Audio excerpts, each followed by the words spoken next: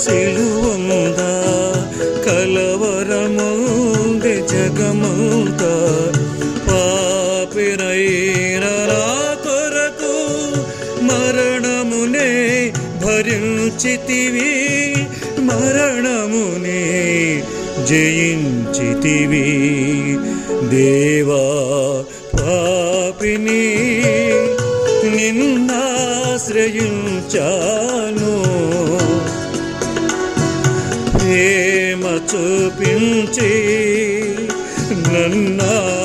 నన్నాదుకోవయ్యా దేవా పాపిని